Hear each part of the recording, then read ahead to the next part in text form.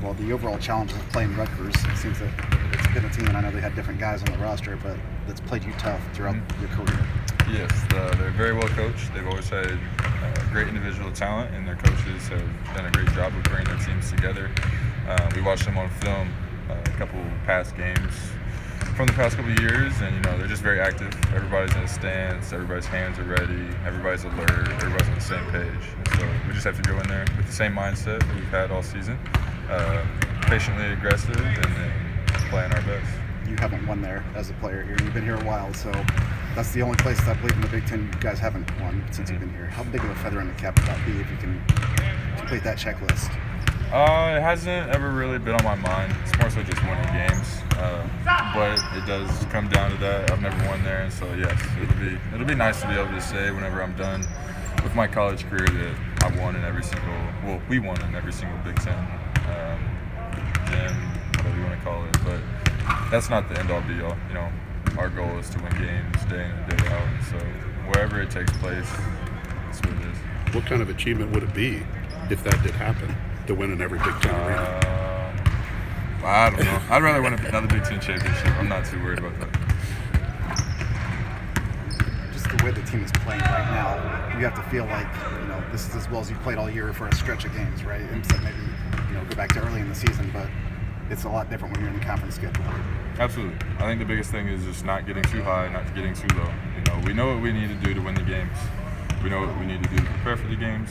It's just about our focus, going into every single day with the right mentality, right focus, right concentration, getting our work in, taking care of our bodies, and just being ready for the next game. How have you and Trey kind of created this, pretty good production out of the 4 spot between both of you? And how do you feel like you guys are kind of playing off each other, even though you're not in the game at the same time?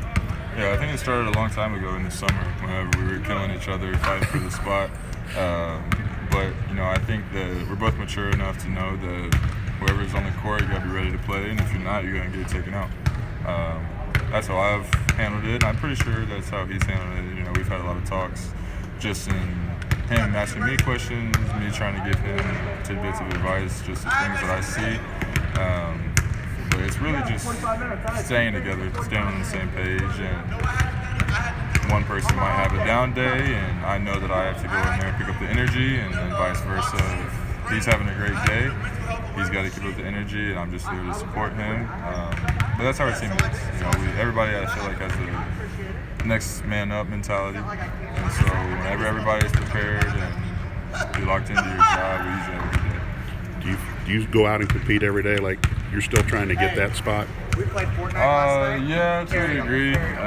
It's more so just trying to make sure I feel good for the games. Yes, practice is an important part, but I would rather feel good for the games than feel good for practice. How has this season been for you physically? You've taken a lot of bumps. You've been knocked to the ground. I broke my nose. I lost my tooth. A bunch of other different things. I'm fine. Speaking of that, is there a benefit to only playing games like Michigan where you don't have to play a full 30 minutes, where everyone can kind of play 20, 22 minutes? Yeah, just like definitely. Get a break on the body. Going into this season, I think the coaches really became aware that we kind of get tired around this time and in February. And so I think that they've done a really good job of kind of scheduling out and planning out our practices, what we're doing that day, what we're doing in the weight room.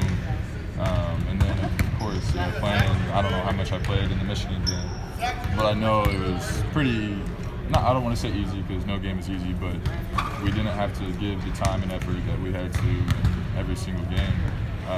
So yes, that does definitely rest our legs a little bit. We had 2 days off after that, and so we play Sunday.